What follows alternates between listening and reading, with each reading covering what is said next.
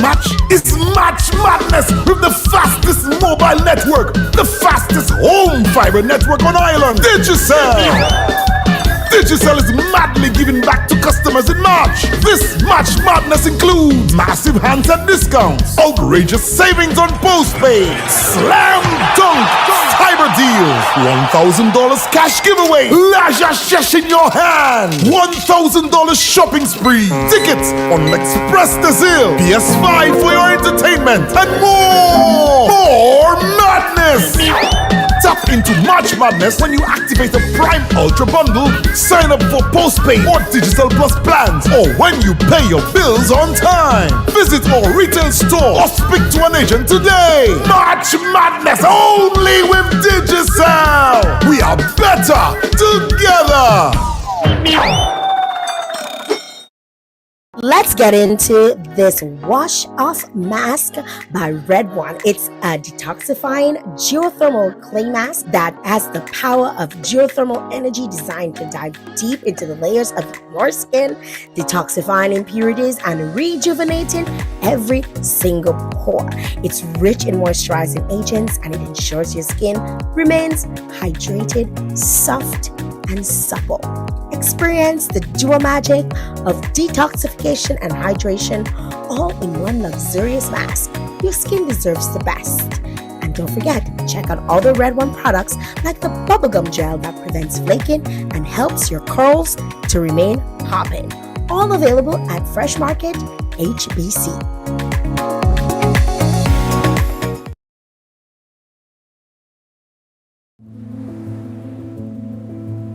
I love the Kalinago territory, I love the Kalinago people, and I really embrace my culture. How the hell do we expect to survive as a communal society in a capitalist system? We need to teach that history that have not been taught.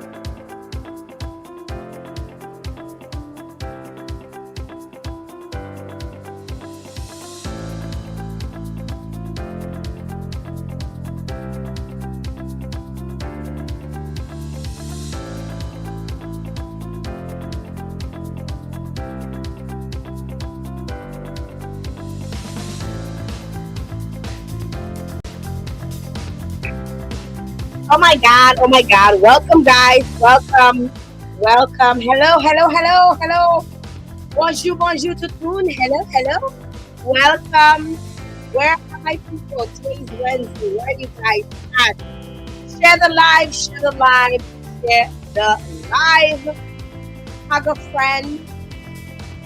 Tag 10 friends. Because most times I come on here, I'm giving away something. Welcome, guys. Welcome to another show. Welcome to another week. My eyes kind of looking a little red. There's a backstory. We're gonna give you the backstory. So I am trying out this new bleaching powder, and again, I tell people, don't do this at home. All right, don't do this at home because I've been bleaching my hair for years. I stopped and then I started back again. So trust me, I've tried and tested and proven what works, what doesn't work, what will mange your head, what will not. So I'm trying out this new bleaching powder by Redis, which I am absolutely in love with. Because normally because my roots were black, and this is like the first bleaching application, because I normally have 2 applications, sometimes 3, to get to the color that I want, the desired color that I want. And after one, like, look at that, like, it's looking pretty good. So if you know a hairdresser friend, tag them. I will be, because I've been documenting it, so I'll more than likely do a video to show you guys. But again, it's not for everybody. I know some people don't want to just shave their hair. Not shave your hair, Jael will not be held responsible. I normally recommend that it be used by the professionals, which are hairdressers, and it does send the packaging to professionals. Okay, so at your own risk, if you decide that you use it. So I literally just finished my hair recondition. I did not like, not even an hour ago. I was on the beach. No joke. So that's why my eyes are a little red, because when I had the shampoo and I used the red shampoo, and let me tell you, left my hair scrumptious. But we'll talk about that another time. Welcome, guys. Welcome, everyone. Thank you for joining. Hi, Madeline. Thank you guys for joining. Drop your flags. Let me know where you're joining in from, where you logged in from. Share the live. Share it to all your friends group. Share it everywhere. Tag your friends. We really want to get, I'm doing this. I'll explain a little bit more about it, but we really want to get folks involved in what is going on in terms of the political journey of the candidates of the Kalinago territory. And I want to encourage you guys, like, if you really love your country, you really love your people, you're gonna want to share this. You're gonna get into, some of the things that the people in the Kalinago. Hi, Merlin. Thank you very much. Some of the things that the Kalinago territory, people in the Kalinago territory, the KT. Some of the things that they go through, we're gonna talk a little bit about those. We're gonna talk about so many different things on this show. So whenever I have the candidates on, I want to encourage you guys. I mean, you always support, but make sure you support harder when we have the folks from the Kalinago territory will be stopping by. And obviously, follow my page. You know ahead of time when they're coming. I want to say good evening to the folks who are on YouTube, those on LinkedIn, those on Facebook, and those on Twitter. Yes, so we have a simulcast. So it's being run on all these four platforms, and I'm so thankful that some of you have joined on here. Thank you very much for coming on. I really truly appreciate you. Drop your flag. Let me know where you're locked in from. I really want to get to know where you are connected from. So make sure you share the live, share. We're going to be talking. We have an interesting conversation. I want to also say thank you very much to my sponsor, Jael. Thank you very much for powering this broadcast. I truly appreciate you for doing this. Of course, Match Madness continues. I don't know if you guys have been following the page. They've been doing Match Madness throughout the month of March.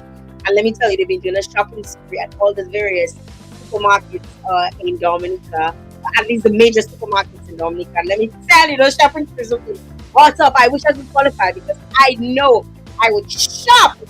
I would shop till I drop on $1,000. Yes. Although you can't really get $1,000. I mean, not just in Dominica, just in general. But if you're smart, and if you're a smart shopper, you'll know exactly what to pick up. Like the laundry detergent stuff, those things that can be a little bit more expensive.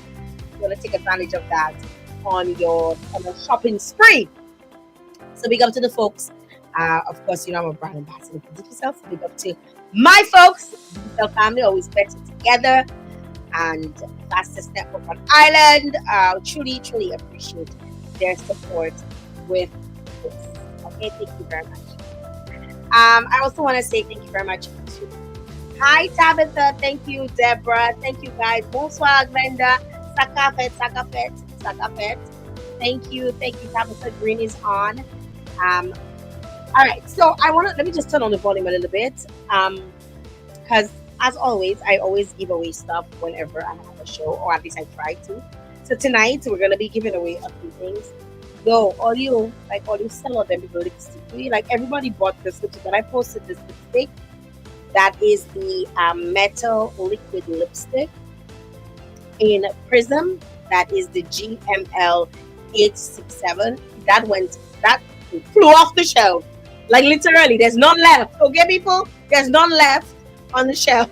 They have ordered more of that specific color.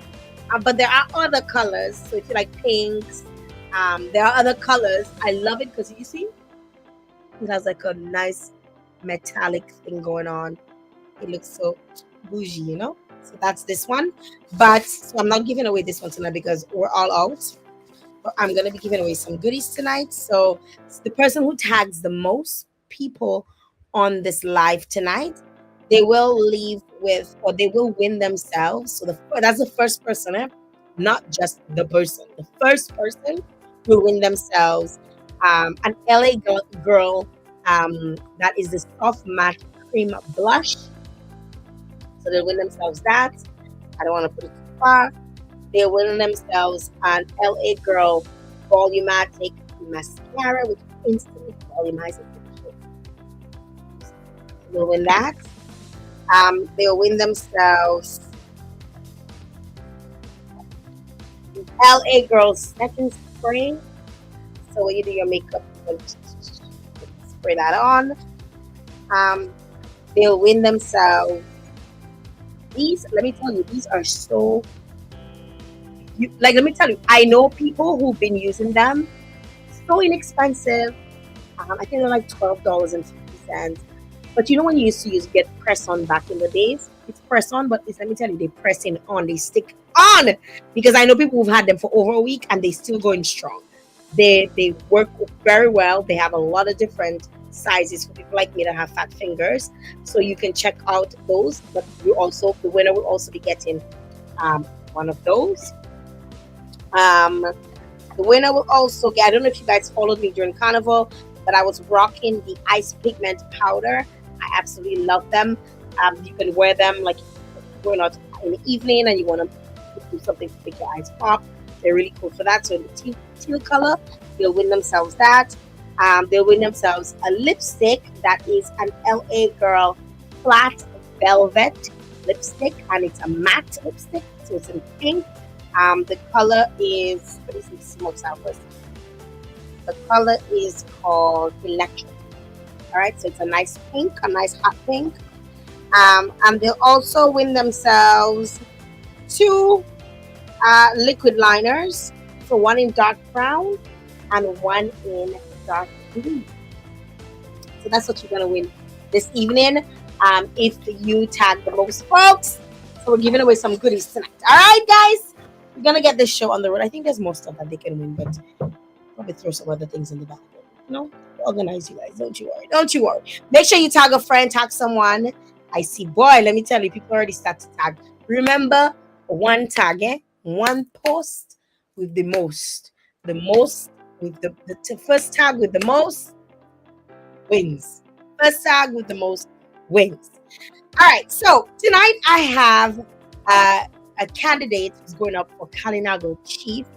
Dern for the new term. That is the tagline. Also known as Natasha Green. She's going to be joining us here this evening, and I'm so excited to have Natasha or Dernel.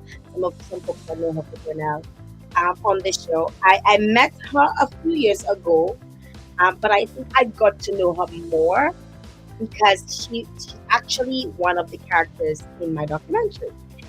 So if you've checked out my documentary, Territory, which is available on blackislandgirl.com/documentaries, Natasha / Dern or Dernel is one of, or was one of the characters in the doc. So I met her during that time. I got to see her operate, interviewed her a couple times. And I mean, I can call her a friend because I've seen how hard she works. And, I'm so appreciative of all of the hard work that she's put in, not just for herself, but also for her community.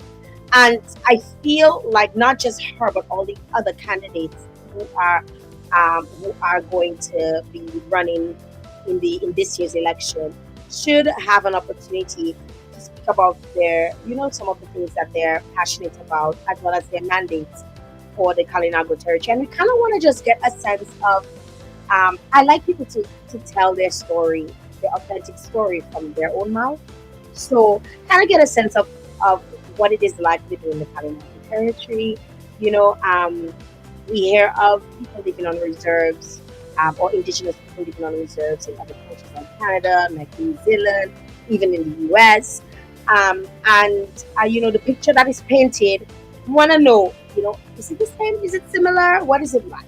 You know, I mean, I got to hang out with a few of them, during the time that I was doing my research, and I got to see it for my own self. And I want to give them an opportunity so they could share and they could talk to you guys and they could let you guys know about their community and hopefully show your support.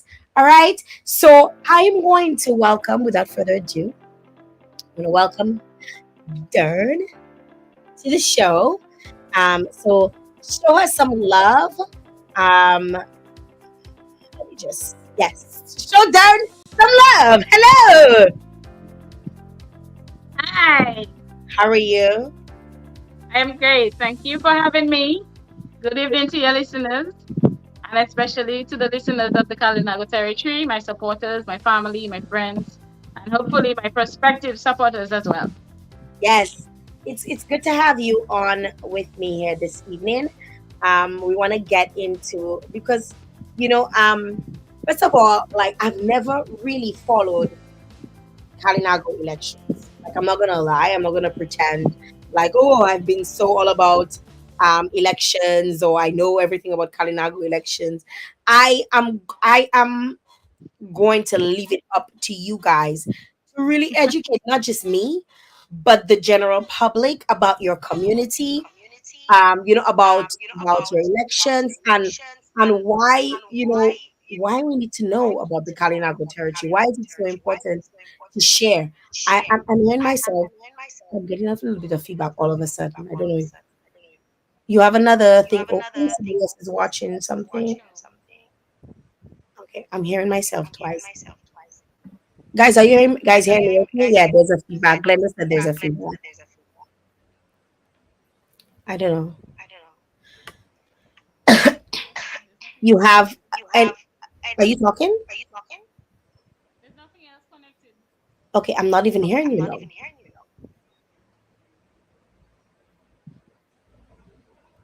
Say something. Say something. Can you hear me?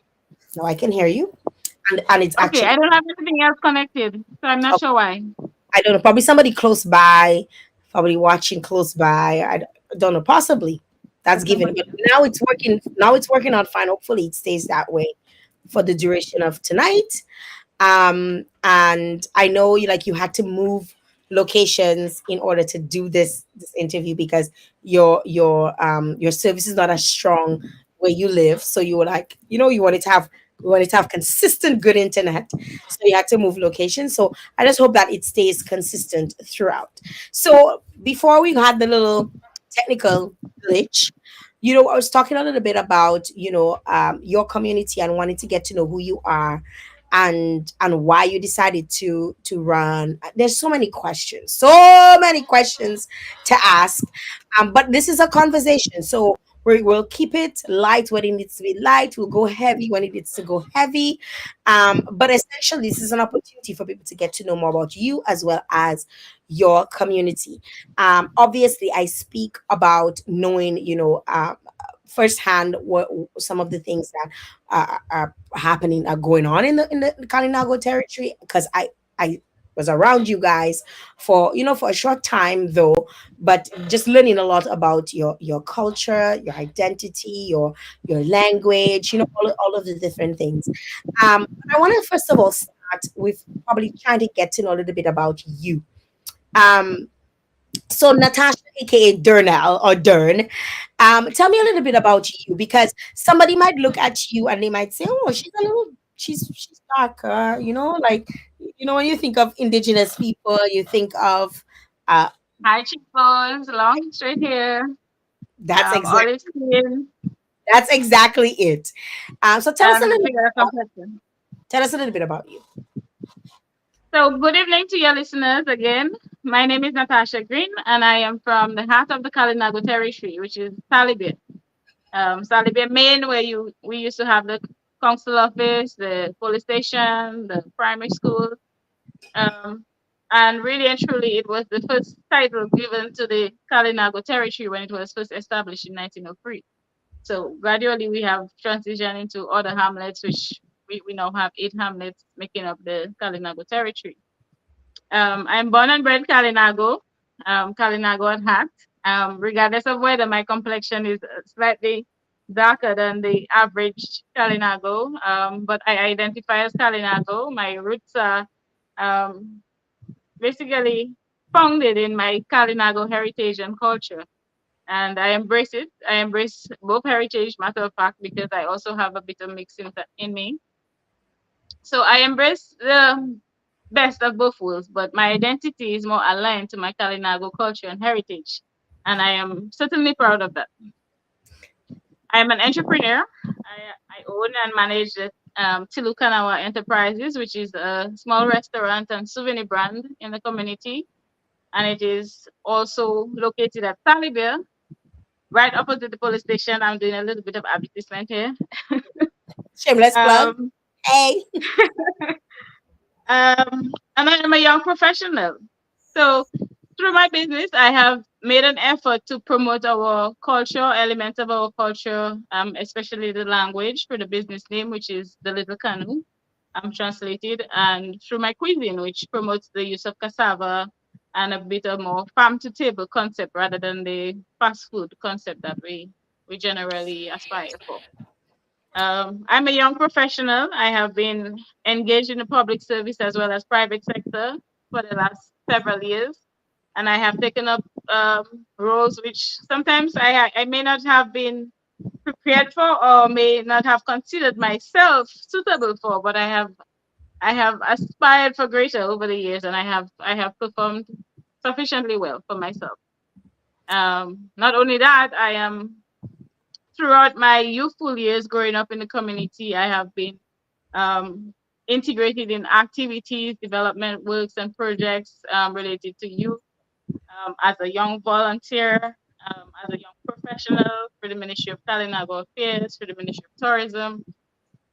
And I have played my part in terms of supporting community development, both socially and economically. And it shows that I have an invested interest in the community. As a young professional, having established a business here and continue to support development, both privately and publicly. So that, in a nutshell, is who I am. And as we go along, you'll learn more about Yes, me, of and I course. will, I will Thank get you a very little more in depth into.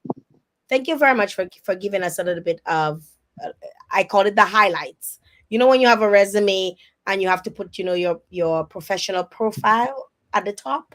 So you've given us like a profile of who you are. But I kind of want to figure out or get to know a little bit about you and growing up in KT.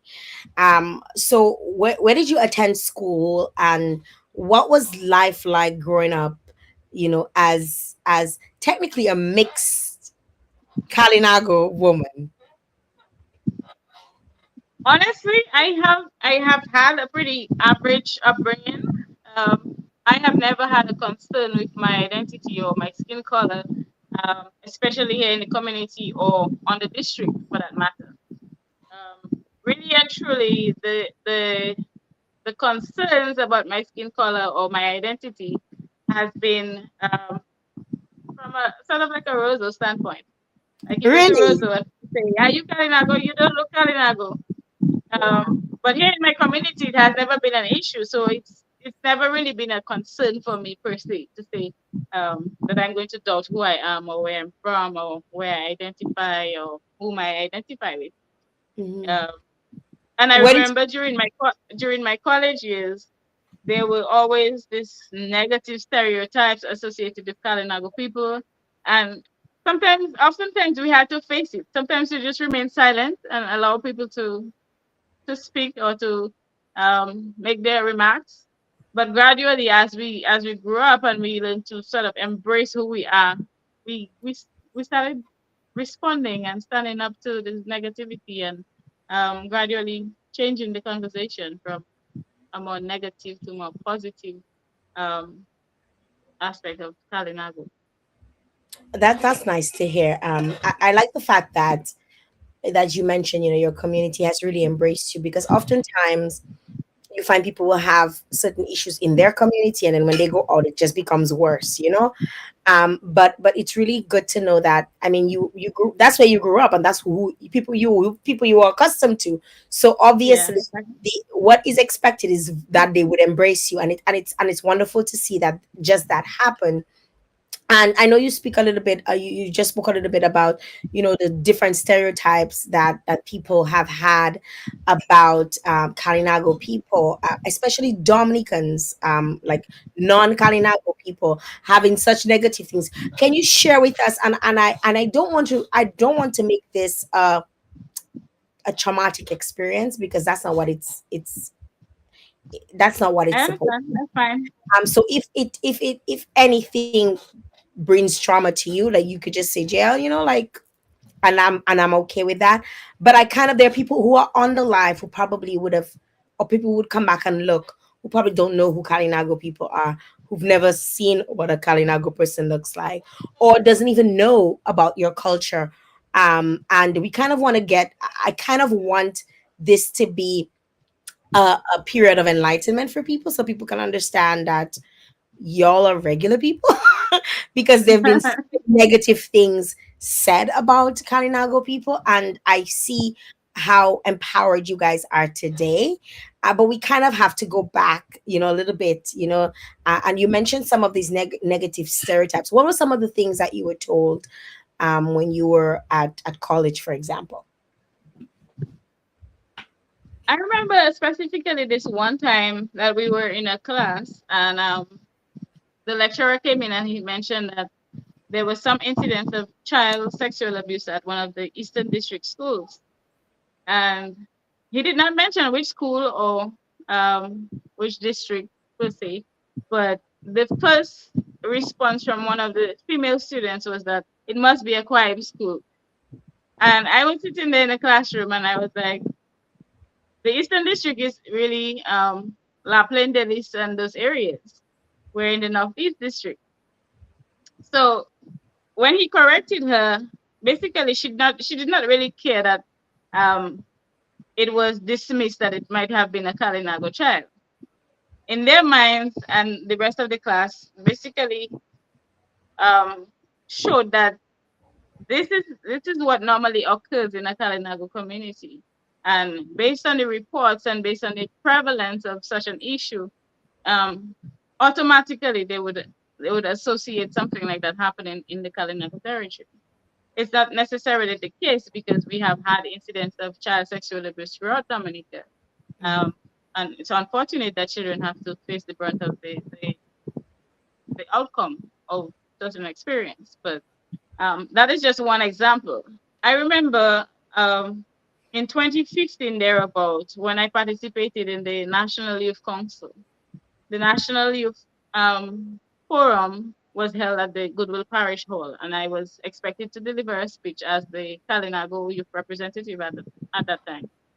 And my speech highlighted the fact that Kalinago youth are marginalized. We are stereotyped in ways where general perception is that Kalinago people drink rum, or Kalinago people are always drunk, or Kalinago people hair smells fresh, or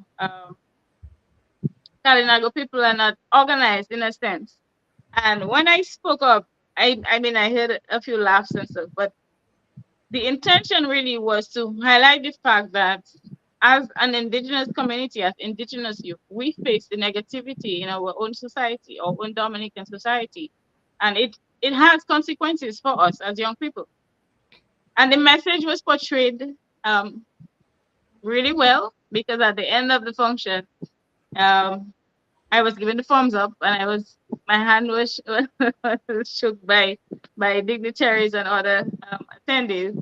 And in response to my speech, the minister who came up after me said, I had my speech prepared, but I have to divert from it because I now have to respond to what the previous speaker spoke about.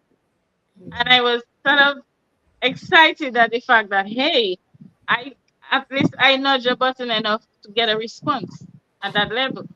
And subsequently, following that event, the week of that same event, there was an entire radio program assigned to Kalinago territory and to speak about Kalinago territory and the advantages that we have and the support that has been provided and the lack of not the lack but the advances that we have made in a sense to prevent marginalization of our youth. Mm-hmm. So it's not the fact that people are not aware of what they do. It is evident in sometimes our responses, our conversations, the remarks that people make on a general um, sense. But gradually we have to change that rhetoric as Kalinago people to advance ourselves and to speak up and change that reality and change that perception. I And love that's why we integrate with other people and we promote our Kalinago territory in a more positive sense. I love that. I love that. You spoke about the National Youth Council of Dominica, and you being a Kalinago woman on that council. How did that come about, and what were some of the experiences that you had that really shaped the individual you are today, even as an advocate for Kalinago people? When I was selected to be the Kalinago Youth Rep, it came from both the local council and from the Ministry of Kalinago Affairs at the time. And I was selected based on I guess, my um, involvement in community and my involvement with youth in particular. And throughout that tenure, I tried my best to initiate several programs targeted at issues related to Kalinago youth. I remember the National Youth Council was was focused primarily on the urban areas, and I tried my very best at that time to say, "Hey, we have district youth councils as well. We have not just Kalinago youth, but we have youth throughout the island. So we have to sort of decentralize our services to youth throughout the island, not just in Roseau." Hmm. And having participated in various activities, liaising with other young people throughout the island, initiating projects and programs with other institutions, it kind of gave me that little to say, hey, this is what I'm interested in. And surely if I'm impacting lives at that level, then gradually we can do something different at our community level. Wow, thank you for sharing that with us. I'm interested to know now. I mean, you shared a little bit about your background in the community, your background, in terms of being an owner the owner of Tilukanawa. But can you tell us essentially what drives your candidacy for chief? Like, what exactly? Why did you decide that you want to run for chief? Well, at present, I believe that um, contesting the elections is providing the Kalinago electorate with another option, a new face, a new vision, a new perspective, and possibly a new type and quality of leadership that we have been lacking in the community for years, as far as we can remember. And although it was not initially part of my plans, I believe that at this juncture, I can present an opportunity to change our reality. As a young professional, I have made it sort of my mandate, in a sense, to contribute to my community through whichever career path that I have pursued, whether it is tourism, whether it is social and economic development, um, or otherwise. And as an entrepreneur, having invested in the community, it means that I have an invested interest there. And I could have chosen, like anybody else, to move away from the community because we feel like we are disadvantaged or there are no opportunities here. But instead, I have stayed and I have and continue to make my contribution here. So it's not to say that I have decided to just wake up one day and say, hey, I'm going to contest the Kalinago chief elections because I would like to hold that office. Like many of our Kalinago residents, I have been disappointed with the quality of leadership that we have received at the local administrative level. Mhm. And I believe that I am in a state of readiness currently to make a bigger impact at a community level rather than as an individual pursuing my own little initiatives. And this is what we need really and truly, because if our young professionals cannot adopt the leadership positions in our community to make a difference, we will continue to allow just any and everybody to lead. And especially, Go yes, ahead. Go ahead. I was gonna ask you a question, but go ahead. Go ahead. and especially given the fact that we do not have a set criteria for who should take up that leadership position. Mm. And that It's was just what I was, and that is what I was going to ask. I wanted to kind of find out a little bit. So kind of take us back um to why is it necessary for the Kalinago people to have a chief? So explain to us why it's necessary for the Kalinago people to have a chief. Because somebody might say, oh, Dominica have 50,000 people, 60,000 people, and there's one election there and one election there. What does it equate to? Is it like a mayor? Because, we have the mayor of Portsmouth, the mayor of Roseau.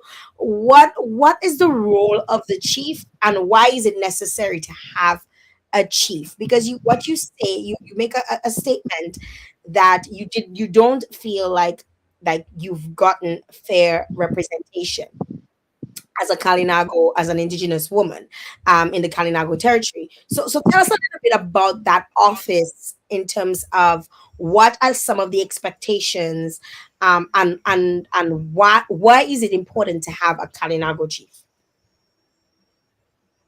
can you hear me? Because you went low for Yes, a while. I can hear you. I'm hearing you very, very low. I'm hearing you just fine. Okay. Traditionally, the indigenous Kalinago communities were governed by a chief, and the chief is expected to take up the decision-making role in the community, um, although communal in a sense, but everyone in the a traditional society would have their roles and responsibilities aligned. So women would be engaged in certain things, men would take up the leadership. Actually, it has been the type of patriarchal setting that has still continued and transitioned into modern society. Um, our Kalinago chief plays a role similar to that of a chairperson of another village council. But Okay. essentially, for the Kalinago community as an indigenous community, we have the autonomy to govern our own settlement, our own 9 miles of communal land, and to advocate and pursue the development needs of our community. And hence the reason that we have a chief in modern society. The chief's role is is just as critical as our Minister of Cardinal Affairs or upliftment. However, the council and chief is governed by the Kalinago Act, which gives us that authority to pursue development goals, to make linkages with other institutions and indigenous communities and persons who hold and uplift the rights of indigenous people. Because as indigenous people of Dominica and of the Caribbean, we do have that little leverage as a sense because we are the first people, Mhm. and we have that right and that right to self-determination, which is also guided by the various rights and conventions for indigenous people, as well as laws enacted for and on behalf of indigenous people. So we are unique in our own right, and we do have that obligation to pursue our development differently from the rest of the village councils or the rest of the mayors and everybody else. And that will lead to my next question. So, what role does a parliamentary representative play as it relates, and how do the two correlate? Do they work? Are they obligated to work together, or couldn't the chief be the pal rep? Like, what is the logic? And because my understanding is that the chief is governing, or is in charge of the eight hamlets, right? So, what is the Our land. difference? Or land, on land, right? What is the difference with the pal rep? Because you do have a pal rep, and do you guys, are they obligated to work together, or are you operating as a nation within a nation, so to speak? We would love to operate as a nation within a nation, to the full extent, to ensure that we can, as I just mentioned, we can pursue our own development goals without interference.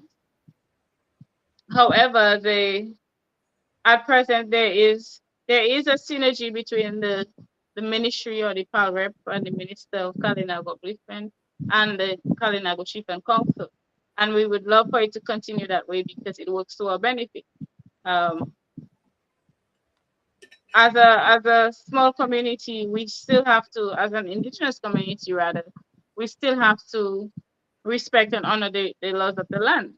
And as such, we have not reached the stage where we can establish that our Kalinago chief should represent us in parliament rather than having a constituency where we elect a government official. It is something that is advocated for and something that we would love to see happen in the future, in the sense that we have our Kalinago chief represent us at the parliamentary level. However, we're not there yet, but we do have to respect the laws of the land. We do have to participate in the national election process um, and nominate or elect a suitable representative who can um, represent us as a constituency. And it's not just Talibia and Pepper Bataka or Sineku. It is Kalinago territory and Atkinson for that matter. So Mhm. we have a bit of transition to go through before we establish the fact that our chief should represent us at the parliament. But it is something that we would love to see happen, especially since that we are so loved as indigenous people, and our rights and interests are usually promoted at the right times. So that is something that we definitely love to advocate for and move towards. I love that you say at the right times, because at the right times, how does that trickle back down to your community when it's promoted at the right times? There are periods in our history where we have listened to outsiders or persons who seemingly have our best interests at heart speak about the love for Kalinago people and the love for indigenous people. And usually it comes every 5 years. So that is usually around the right time that we can advocate for that transition into moving into our chief or local representative into parliament. Something you And mentioned. definitely it would be fitting for us as a community because um, this is what generally the general perception of Kalinago people is that we should aspire for that because it creates a bit of division in our community in the sense that we sometimes align ourselves to political parties or religious groups rather than collaboratively working for the benefit of our indigenous community. As it was traditionally established. As well. I'm just gonna go to the comments for a split second. So Alex was making a differentiating between KT being separate, so Kalinago territory being separate from Atkinson, and I like the fact that she brought that up. However, it operates as the same constituency. You mentioned it, but she brought it up, and I think it's important for you to explain to Dominicans, because some Dominicans still don't know that Atkinson is separate from Kalinago territory. Can you explain how that works? Like how is that established? Or how was it why is it established that way? Is it a how or is it a why question? I'm not even sure. I can exactly respond to why it is established that way or how. Um, Maybe I can respond to the why because the Kalinago territory is stretched over 9 miles and our land is communally owned as an indigenous settlement. Atkinson, the village of Atkinson and Antrizal, well, the villages, they um, they have or they have adopted a separate or different type of land tenure arrangement. So Atkinson and Antrizal residents own titles to their land. We in the Kalinago territory do not own titles to our land. The land is communally owned in the sense that the Kalinago chief and council are the overseers and the managers of the land. We occupy our own sections of land, and we can pass it on from one generation to the next, or we can sell it to each other as residents. But we are not titled Mhm. as Kalinago people. I'm glad that That you is the brought, major differentiation. I'm glad that you brought that up, because for me, as a Dominican, I would almost feel that, so a sense that I'm more privileged than you having communal land. That is me being ignorant, me not understanding how it works, because you just said somebody from Atkinson can own can have their title, whereas someone from the KT will, the chief is the one that kind of governs or kind of manages the land. How does that work out for you if you had to go as a Kalinago woman who you're rightfully an entrepreneur? How does that work for you going to the bank, like, or to like to advance your business, or even your education, or even um getting a loan to build a house? How does that work out for you in terms of your communal land? This has been in discussion for a very long time, and it has been seen as a major disadvantage for the entire Kalinago territory. Granted that we cannot use our land as collateral to access um, development loans or personal loans or any type of financial incentives from the bank, really and truly. And it has created a significant disadvantage for many residents. But for several of us in between, we have found ways to maneuver around that system and utilize our own personal finances as well as other forms of security to access development loans. So instead of using your land as collateral, possibly we could use, for example, an equipment or vehicle as a bill of sale, or we could use the title of an outsider friend or family. Um, and we could also pursue loans based on good character or based on our relationship with our financial institutions, like especially the credit unions which serve us at Marigot and Castipus. And of course, the government has done its part in implementing initiatives such as the revolving Kalinago Development Fund at the Aid Bank, which public servants can access from the Kalinago territory with lesser criteria to be met, and various other means through which we can access loans. So over time, we have had some incentives being created to ensure that we can access the necessary finances. For the average Kalinago person, there is still a very strong desire um, to issue individual titles, which may have What its do you pros think? and What its do you cons as think? What well. do you think? What do you think? Because if you're going for chief, and the role of a chief would be, I mean, one of the main roles is to manage the land. What do you think, Natasha? What should be done?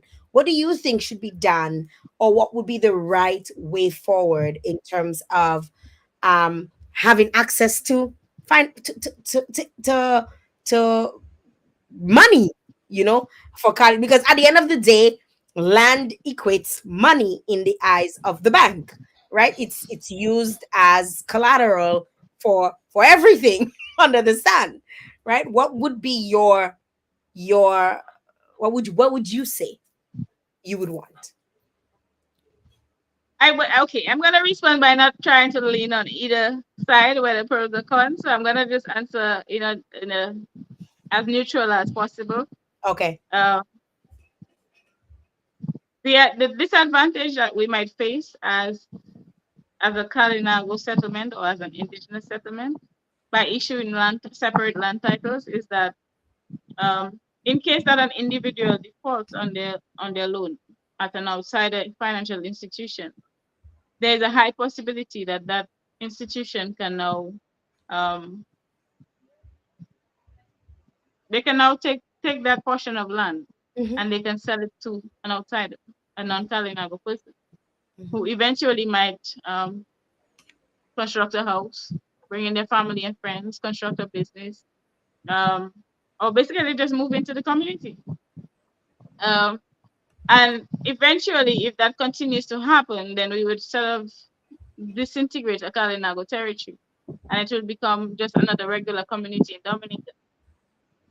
So when you lose your portion of land to the bank, eventually the bank can sell it to anybody, any and everybody. And I'm certain that a lot of Kalinago persons would not like to see that we have more outsiders, I would say outsiders, coming to live in the community because it's already a concern. The cons is that the Kalinago Chief and Council is well positioned to pursue a strategy that allows um, a financial institution to be established in the community, but through the Kalinago Council, whereby if residents do apply for a loan and they default on their loan, then the council can possibly absorb that portion of land. So it remains as communal land, and the council can now sell it back to a resident in the Kalinago territory, rather than an outsider bank um, taking up that portion of land and selling it to a non-Kalinago person.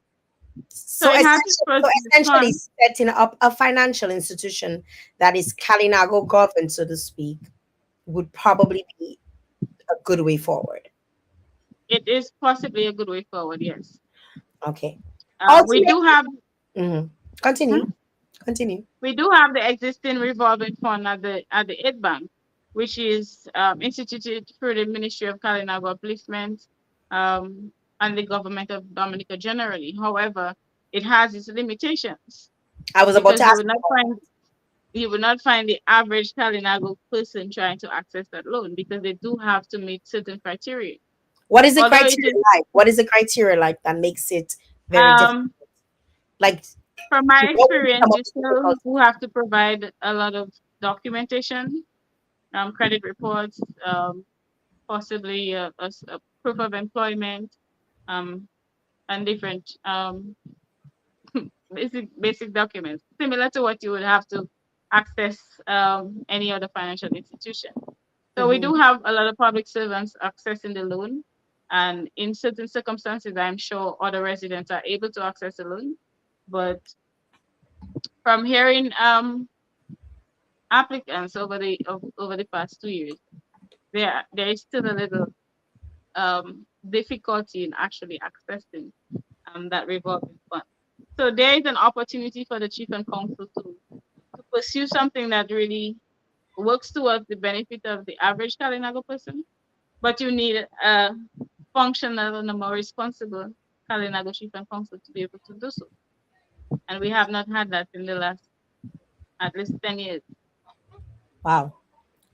I want to ask another question, but I think I'm going to leave that question for hopefully when I have the current chief on at some point. But I'm going to put the question out there. But the question is not for you. All right. But if you want to answer, you're welcome to answer. So, that being said, all of what you just said to me, my understanding based on my research of, and you know, I did a deep dive on Kalinago and the territory and everything, and I will not go into details. But if an outsider, if JL decides to move into the Kalinago territory and live there for 12 years, I can actually own communal land. We leave it. We leave in that. We leave in that. We leave in that. We leave in that alone. I like how you We'll leave that alone. we'll leave that alone. Because it is there. It is It available. is.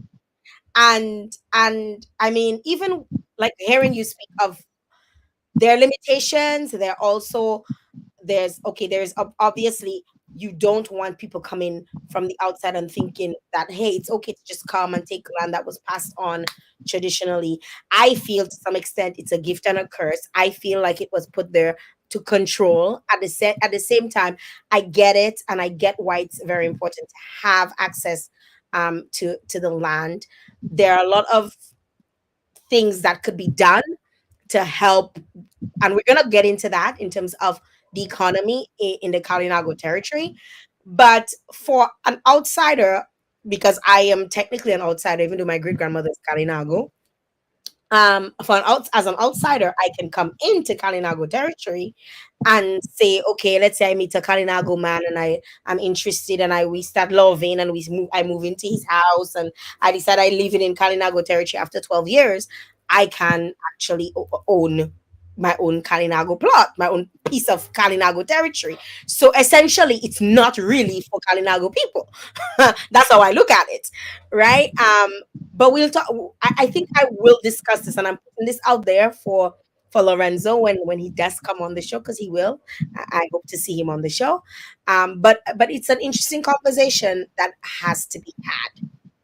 Do you want to Well, share any? really and truly, the Kalinago Act specifies that you're considered to be Kalinago if you have resided in the community for at least 12 years. But it doesn't specify that you can now own land as a resident of Kalinago territory after 12 years. So maybe your husband or your boyfriend will still own his land and you will share it with him, but you will not essentially be registered in the council as a landowner in the I community. like how you put that, but I'm a Kalinago after 12 years, eh?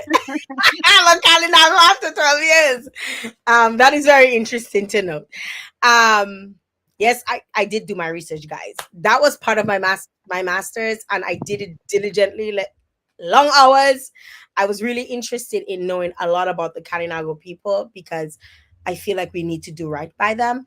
So I did due diligence. What are some of the pressing issues in the Kalinago territory? I mean, we mentioned land rights, a bit of economic development. What about cultural preservation? What are some of the what would you say, Natasha, or AKA Derns? What are some of the most pressing issues in the Kalinago territory? Well, we do have an issue as it relates to cultural preservation. I mean, every year, as part of our Kalinago Week celebrations, as part of the celebration of Establishment Day in July, as part of the August celebration of Indigenous Peoples Day, we try to highlight and promote our culture and traditions in the community. But we have seen a shift from accepting that cultural way of life to a more modern way of life, especially among our youth.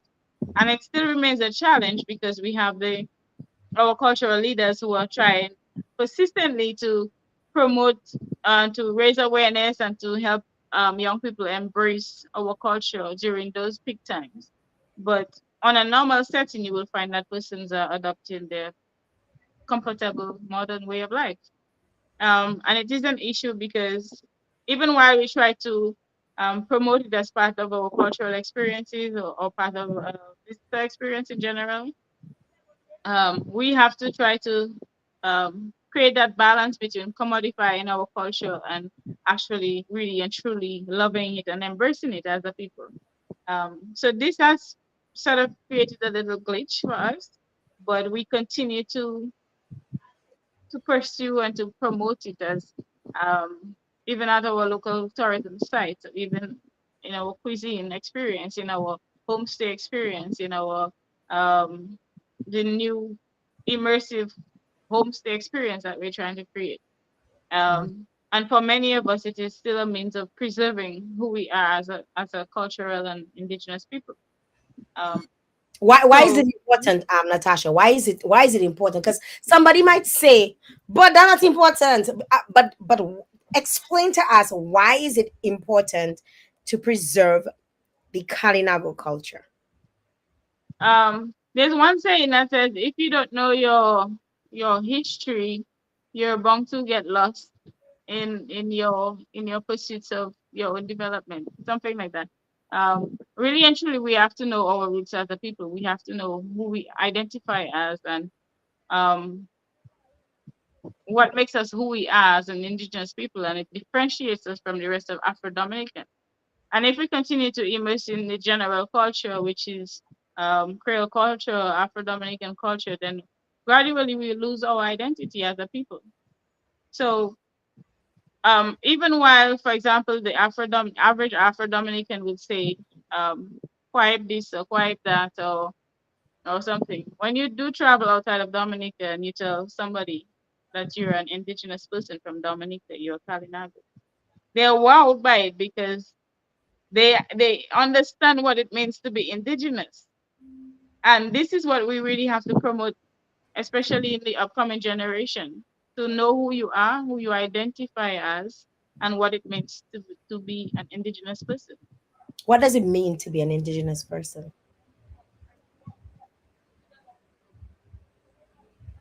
For me, it means that I identify with my homeland and my culture and my heritage as a native, as the first people, not discovered by Christopher Columbus, but having been settled in a country, or my ancestors having been settled in a country prior to being discovered.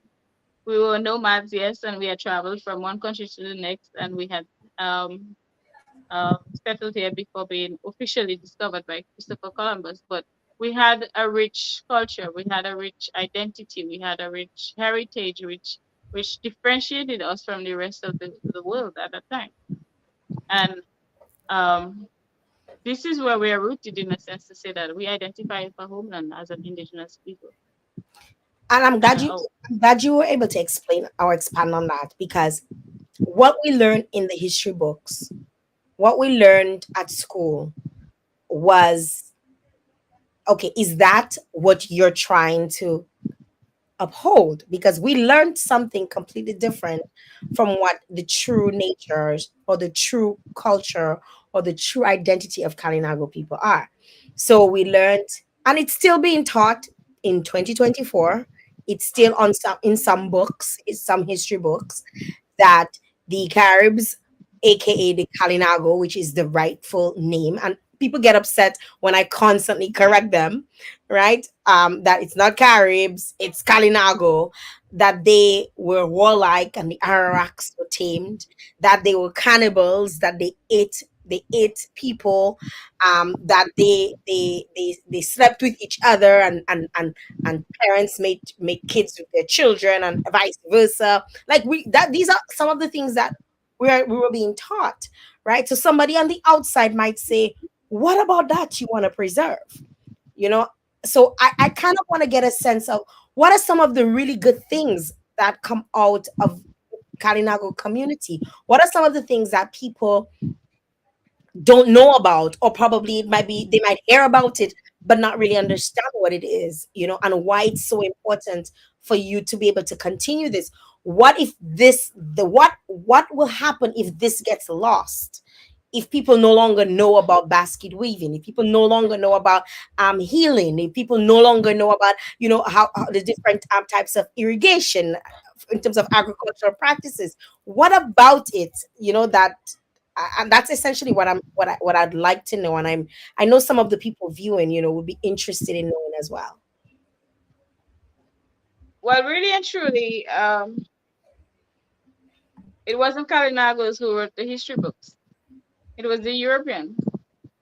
And having met with a native settlement, a minority settlement, rather, um, it was expected, or it would have been expected, that the negativity associated with that minority group would be publicized to the extent that they would also like to um, push their perception, and they would also like to keep that advantage over the minority group. So hence the reason why throughout history you have seen negative publications about indigenous people, um, not particularly Kalinago people, but indigenous people in general. And this has pursued over time. Since given the name change, or the request for the name change from the community from Carib to Kalinago in 2015 suggested that, hey, we no longer identify with that negative term, which means Carib, or is associated with cannibalism, um, as promoted by European settlers or European writers. And we have loved that little shift from Carib to Kalinago, and hopefully that more persons can embrace it, to say that, hey, we are not aligning ourselves with negativity anymore. We're moving to something more progressive and more positive, as an indigenous people. And it is hoped that our contribution to society, not just Dominica, but our contribution to culture, or contribution to agriculture, to livelihoods, protection of the environment, the use of the ocean, all those things can and has contributed to um, adopting new policies and new strategies for persons to over time adopt not just Kalinago people but Afro Dominicans and other people in the Caribbean have been inspired by some of our best practices as it relates to those sectors or those elements of our survival. So we're taking that transition very we're embracing that transition, and we hope that gradually persons can see the more positive contributions of Kalinago or indigenous people to other aspects of life in general. Thanks for sharing that with us, Natasha. I'm interested to know what are some of the what specific initiatives or changes do you hope to bring to the Kalinago community if you actually become elected as a chief?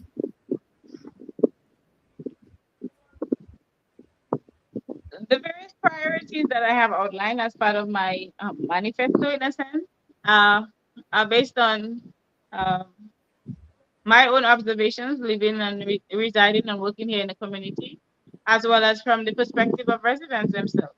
Because we have had long term concerns that have not been addressed over time, and they continue to persist and affect our daily life.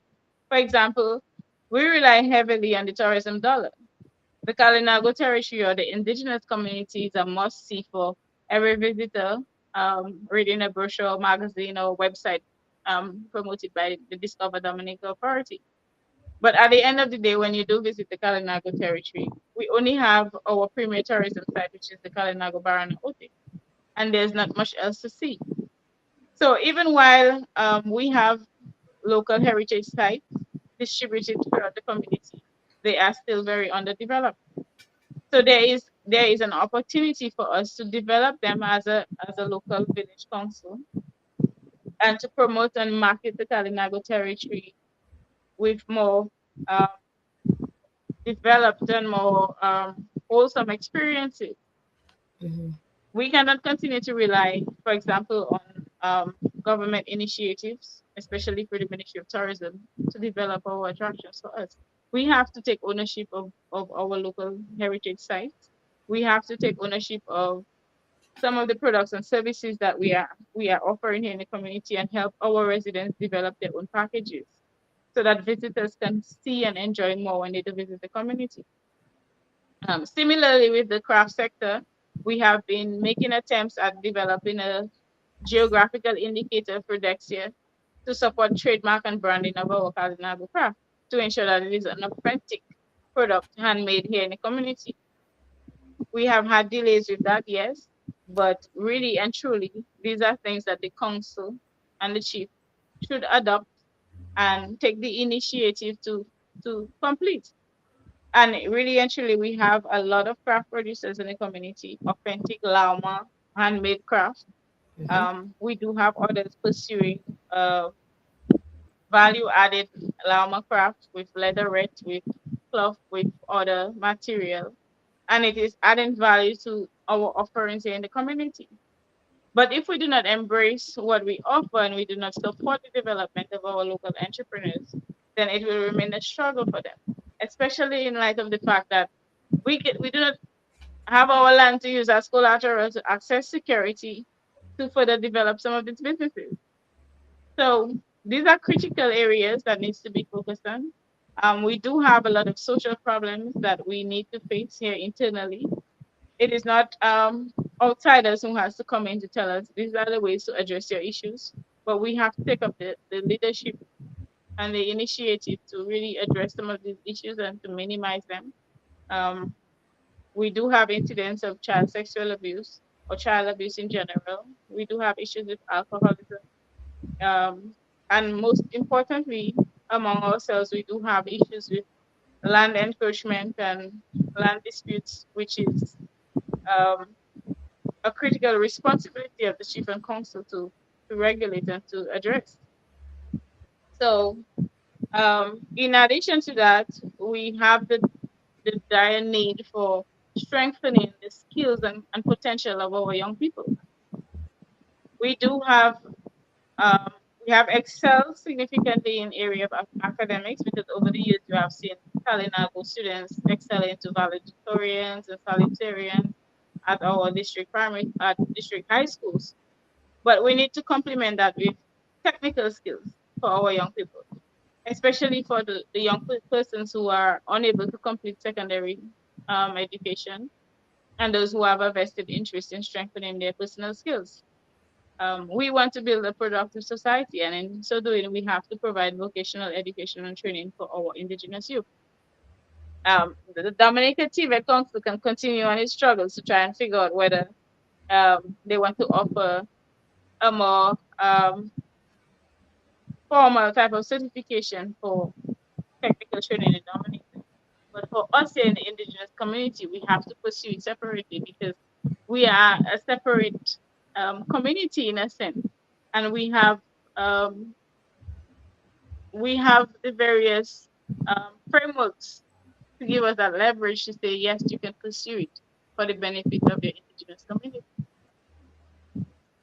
Outside of that, we have a very active, a very popular sports culture here in the community, and we have seen our young men and women excel at cricket in particular, and football and volleyball as well. But there is a need to strengthen our facilities, the amenities associated with our grounds, our parks, to ensure that our young people get the quality training here in the community rather than pursuing it outside of the community. And if we do say that yes, youth are the generation of tomorrow, and yes, we we can celebrate them when they reach at the national level or the Windies level or the franchise level. But we have to create the avenues here in the community for them to really develop themselves and to feel appreciated as Kalinago young people. And they don't do it in isolation because they also serve as ambassadors for our indigenous community. And it's not only when they are recognized at the regional level that we have to embrace them. We have to embrace them while they're developing their skills here in the community. So these are some of the priority areas, some of the things I would love to address. There are many more. And importantly for me is also working towards restoring confidence in the office of Kalinago Chief and Council because we have lost faith in the council and chief, especially in the last several years. And the local Kalinago electorate is somewhat concerned that regardless of whether they participate in the electoral process or not, there will be very few changes in the community. So we need to rebuild that type of confidence from the residents, firstly, and gradually with other institutions and organizations, interest groups which hold and promote the interests of indigenous people. That is critical for us at this juncture because you would have possibly less participants in the electoral process later this year if you do not work towards actually encouraging people to participate and giving them reasons as to why they should. So definitely that is a first priority. And if we don't do that, then we're gonna settle for less. We're gonna continue settling for less. And at the end of the day, regardless of whether they participate or not, we will still have a chief and council instituted. And what we want to avoid is to have somebody elected that is going to repeat the same problems that we've had and endured over time. You mentioned earlier earlier about the patriarchal structure of the chief in terms of the chief has been known to be a man or male or identify as man. There's so many different things that people say these days. So I want to be politically correct.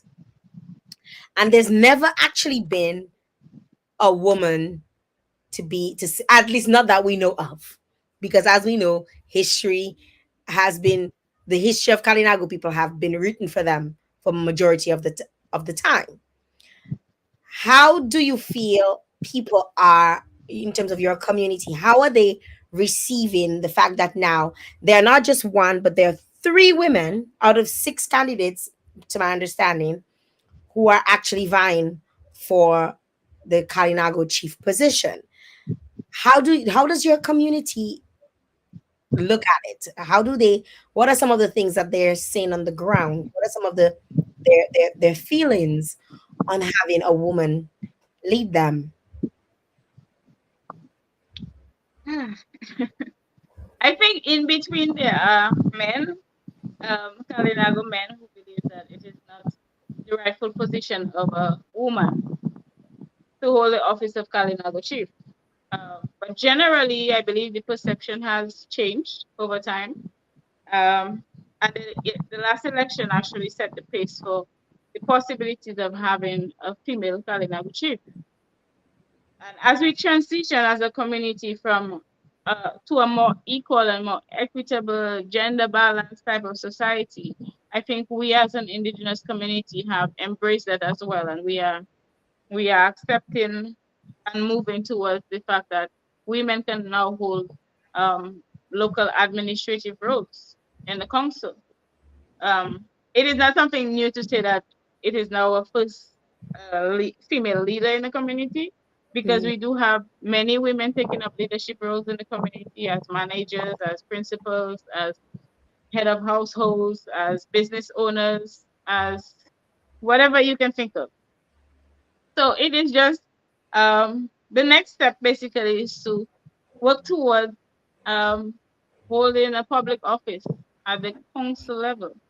And I think that it is generally embraced by our society now, and especially since we have free contenders pursuing the position. So What hopefully we will have a successful female chief this year. what are your thoughts? And I know, and again, I don't want to. There's no intent. I have no intentions in my question. My next question. But obviously, we just had Dominica had the very first woman Kalinago president, very first woman president, very first Kalinago president, and there is relation. You are related to that person. That is, of course, big up to President Britain, right? How do you feel her involvement in, or her now being included, or to a sense of being now named president, how has that affected the way people see women in your community?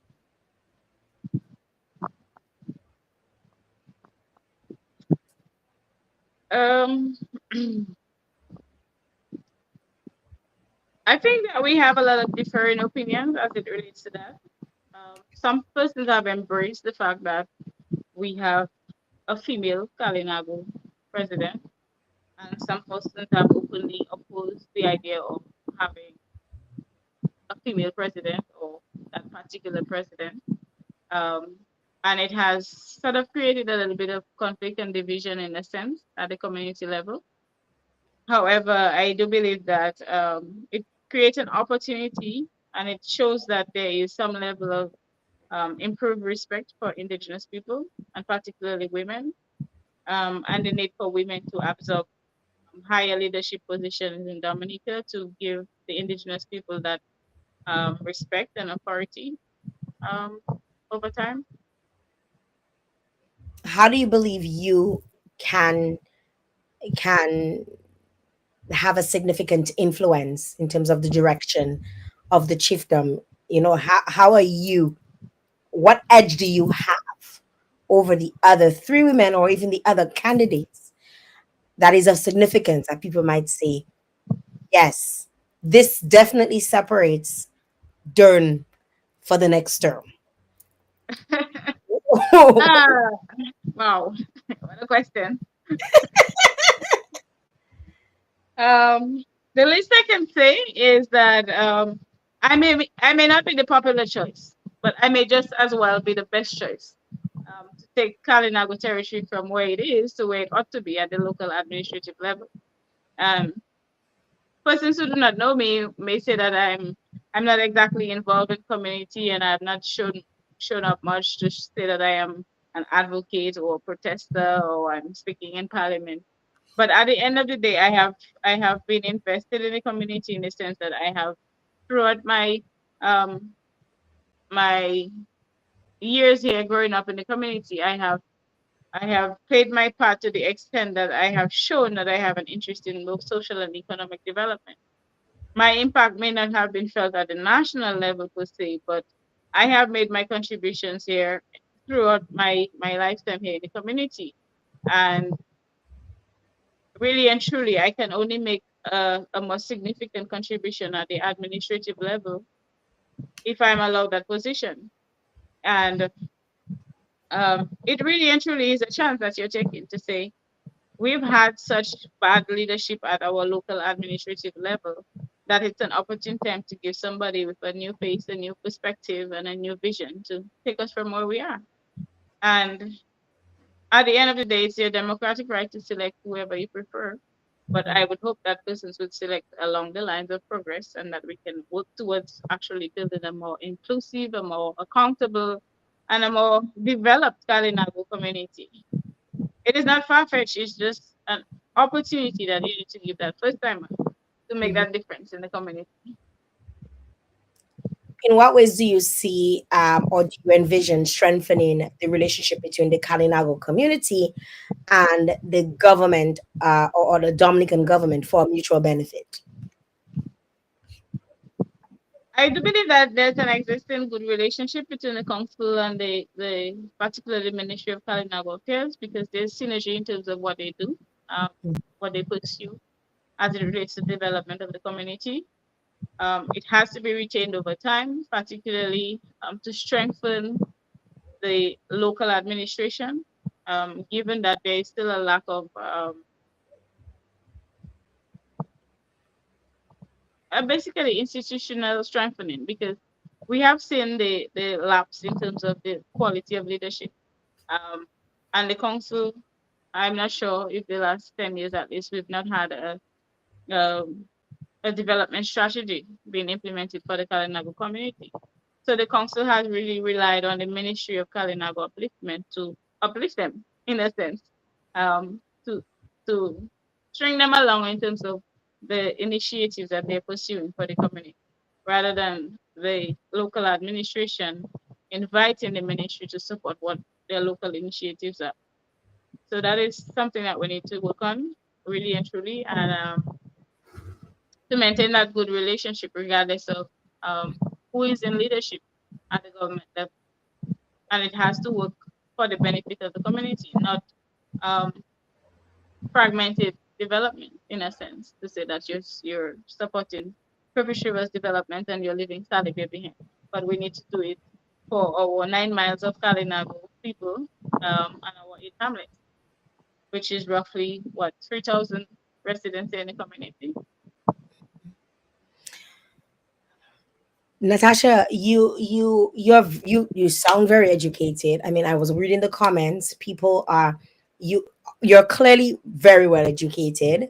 And you've gone on, you left Dominica, you went to study, you came back because a lot of people go and they don't come back, right? You came back with your degrees and you've stuck by your people, you've remained in your community, you're positioned yourself now to become hopefully the next Kalinago chief.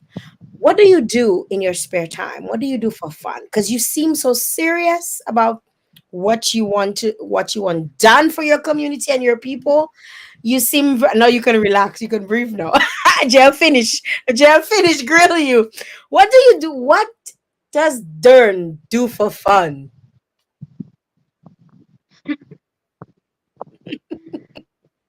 I should invite one of my friends to answer your question. Um, for the last at least for the last 2 years, I have been really concentrated on completing my degree in project management and also try to manage Tilukanawa and to also cook at Tilukanawa. So in my spare time, I do enjoy dancing and going out and freeing up like any average young person. Although it doesn't happen often because I have since as an entrepreneur, sometimes it takes away a lot from you, Mm. and a lot of time because you are required to be there on a regular basis. But outside of that, there is a little free time to pursue leisure, Mhm. enjoy the beach, enjoy the river, enjoy drinking with your friends, hanging out, cooking out, and stuff like that. So I do have a social life in a sense. I am not all serious and hard at work all the time. So when it comes to seriousness, I do have to maintain that focus. Thanks for sharing that with us. Somebody said I was a real grilling with Jael. I feel like when people are doing when you put yourself to be elected, people want the questions. They want answers to the questions. There's certain things that are always on people's minds, and they want to kind of sometimes they're scared to ask it because they probably don't want to be bull ragged. And I'm not afraid to ask questions. I'm not afraid to ask questions.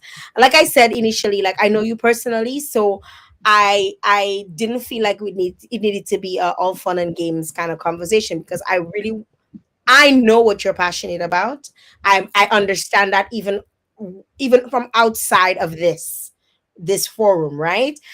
So putting you in a difficult seat right now, in the hot seat, so to speak, I had no problem doing that because I knew you would be able to handle yourself. And I know you because I've interviewed you countless times before, both for my master's project as well as for my documentary. So I wasn't worried, in terms of knowing whether or not you could answer questions, and a lot of the questions were questions that probably I've had or I've heard, people share their views on, and I wanted to get your views on. My final absolute question to you: how do you see the role of Kalinago chief evolving in the future? And somewhat, how will you adapt to the meeting or to meet the changing needs of your Kalinago people as chief?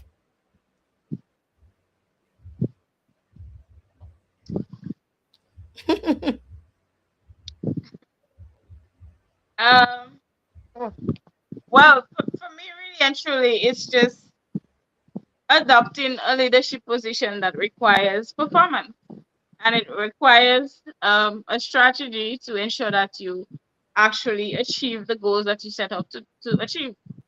It's not really trying to differentiate whether it is a man's role and how a man would perform at that duty or how a woman would perform at that duty. For me, it is a leadership position, and it requires a bit of focus and a bit of direction, and not just in isolation as a chief, but there needs to be greater emphasis on working with the local community that you serve. It Mhm. is not just a chief and his six counselors or a chief and her six counselors. It is the community that you're working to develop, and as such, there should be increased synergy with the local residents, and then you can achieve much more um, as the local administration. For me, how it's going to evolve is that gradually, if a woman does get elected, if I do get elected, and I perform excellently at that role, and I make a significant change or contribution to Kalinago territory, then it sets the pace for something better. We cannot continue to accept the culture of poor management or the norm of poor management, at our council level. We have to change that perception, and we have to change that reality. And if I'm the one to set the pace for that, then gradually we can have a more productive Kalinago chief and council moving forward. And we can gradually hold our leaders more accountable. So we transition basically from um, accepting whatever to demanding more, in a sense. And we can set the pace for a more developed Kalinago territory, where when you do visit, you can know that it is differentiated from the rest of Dominica. It demonstrates its indigenousness in a sense, and we promote and embrace our culture, and we give visitors a different and unique experience, and we change the perception, the negative perception that has been associated with Kalinago people gradually. So we earn that respect, we build that respect, and we build that um, our rightful place in a sense to say, hey, we are proud Kalinago people, and we are still here. We're surviving. We're resilient in a sense. Done for a new term. When is Done for election? a new term. When is election? I believe the election is due possibly at the end of summer, August, if not July, Okay. given that the term will end in July of this year. So the official Um, term of the current Kalinago chief, who is Lorenzo Sanford, that will end at the end of July, right? in end of July. Okay. So, is there something specific people need to look out for if people are from the Kalinago territory are on here and wanting to support you? I know there are, for example, Annette is one of the representatives. She's also a candidate. She's another candidate, and I know you guys have been friends for years. Um, like is there how is that working out? Is Are you guys still friends? Because politics has changed people. People let's get sauvage. Are you guys still friends? Because I met Annette through you. So you were the one who told me about Annette. I mean, I knew of her, but you introduced me to her. So how is rapport between the two of you now that you are both up for the same candidacy, so to speak? We still have a respectable relationship. There is no major concern at this juncture in terms of how we relate to each other. We are just on separate missions at the moment to ensure that we we recruit as much votes as possible on our side. So it continues to be a separate mission, but we still have a collective mission in a sense because we are working towards a betterment of our Kalinago territory.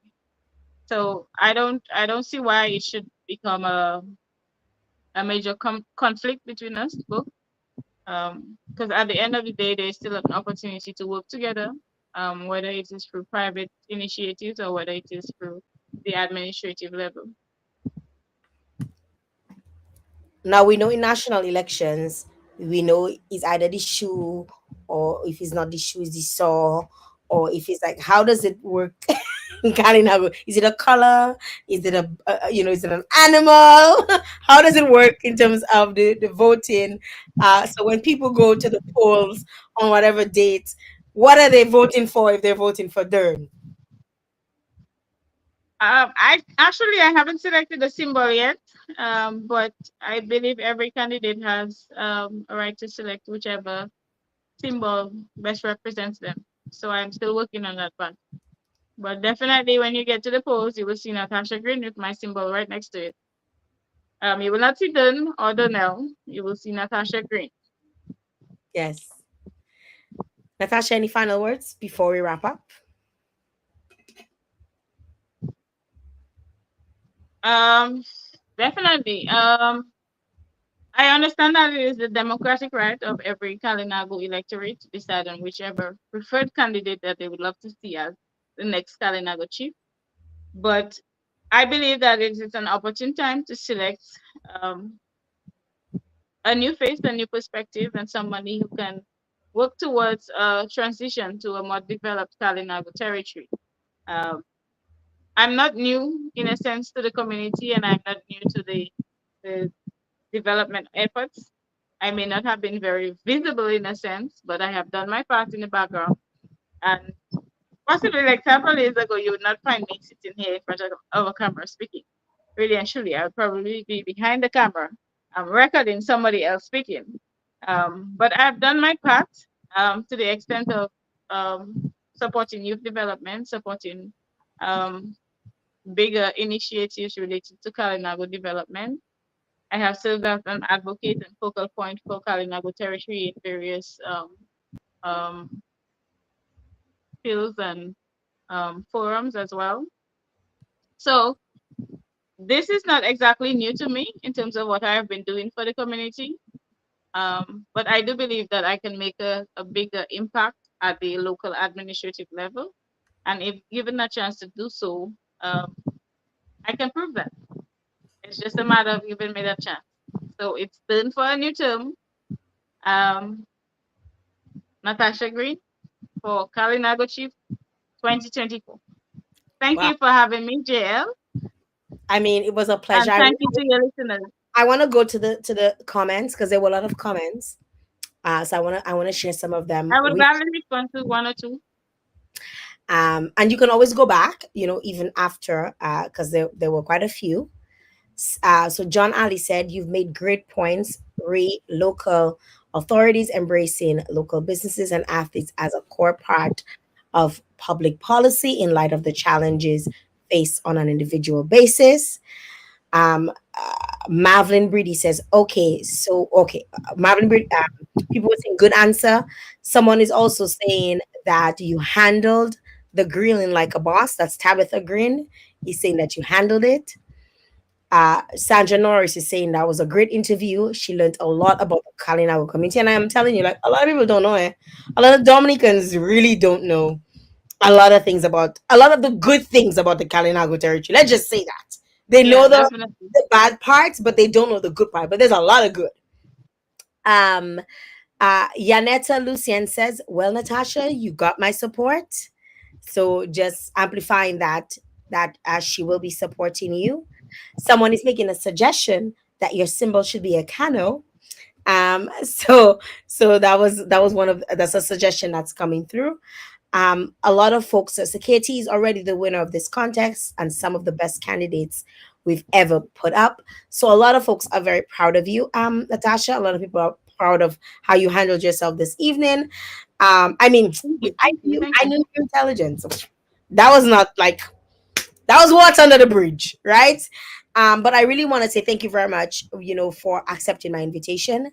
Um, as I said, that my platform will be used as much as possible, as long as Kalinago people want to have access to my platform for whatever purpose they need it, as long as Well, it thank is you. betterment of people, of the people, the Kalinago people. They have an open invitation, right? I've said Yeah. that. I've given my full support to the Kalinago Spelling Bee competition. Full support, financial, as well as whatever they need me to do in terms of being there to support them, especially with the revitalization of the Kalinago language. And I want to also make an announcement that if there are any candidates that have not reached out to you as yet, because I hope to have every single candidate on, because I feel like it's to be fair. Jail Yeah. candidate, because it's a jail bias, jail like Natasha. We need to make it fair, right? So if I've not reached out to you and you'd like to be on the program, by all means, reach out to me. I've reached out to a few, and I'm hoping that we can have all six of you come on and share. A lot of times, these types of politics are kept for in the communities and not really broadcasted on a bigger platform. And I hope my platform not that big, but it has a little bit of reach. So I'm hoping that folks can not only learn about the Kalinago people through this, but learn about how people are so empowered to really seek advancement for their community. So I really appreciate you for coming on. Thank you very much for accepting my invitation. And this is where we wrap up for tonight. Thanks for coming. Thank you for having me, and good night to all the listeners. Thank you. Thanks, Dad. Guys, that's it. That was a wonderful, wonderful interview. I absolutely enjoyed speaking with Natasha. And I don't know about you, but I think Natasha has what it takes, not just for the Kalinago chief, but just as a leader, in terms of the way she speaks, what she's passionate about. I mean, like, she didn't have to come back, Dominica. The girl have a degree and she's on the next one. And she's really passionate about her community, and it shows. And I'm so grateful that she could come on and share with you guys. And just, you get to know a little bit more about her. Thank you guys for coming on. Thank you to my sponsor, Digicel, of course. Digicel, better together always. Make sure you guys have shared the live. I will be looking out to to see who is the winner of my little care package from all the goodies from LA Girl Cosmetics located at Fresh Market. I also want to encourage you guys, next week I will have on the real God. That is Annika Bellat will be joining me right here. I am so excited to talk to Annika. Those of you who follow Annika's reels, I'm excited to have her on. And thank you guys. Thank you, all of you who came on. Big up my girl Shara, who's always there. Shara, Sandra. Thank you, Glenda Shillingford. Thank you. I really appreciate you guys for supporting me. Janet, Lisa, my dear, thank you. Thank all of you for coming on. I want to say thank you to Samaj and my entire team, Monica and the rest of the gang. Thank you very much, guys, for always having my back and for helping me put together these shows. We're trying to do this every week. And if it doesn't happen in a week, it's like I'm in a different country somewhere, probably on another hustle. But I'll try my best to be here every week. So next Wednesday, at the date, Real God will be on. Thank you guys for tuning in. I love you all. Love, love, love, love, love alone. Until next time. Until next week. Make sure you save the date and see you next week. All right? Bye-bye. What? Clint, you don't see that man? No. Boy, what was that, JJ? You say me that mad then? Because it's match madness with the fastest mobile network, the fastest home fiber network on Ireland. Digicel is madly giving back to customers in March. This March madness includes massive handset discounts, outrageous savings on postpaid, slam dunk fiber deals, $1,000 cash giveaway, Laja Shesh in your hand, $1,000 shopping spree, tickets on Express the Zil, PS5 for your entertainment, and more madness. Tap into March Madness when you activate a Prime Ultra bundle, sign up for postpaid or Digicel Plus plans, or when you pay your bills on time. Visit our retail store or speak to an agent today. March Madness only with Digicel. We are better together.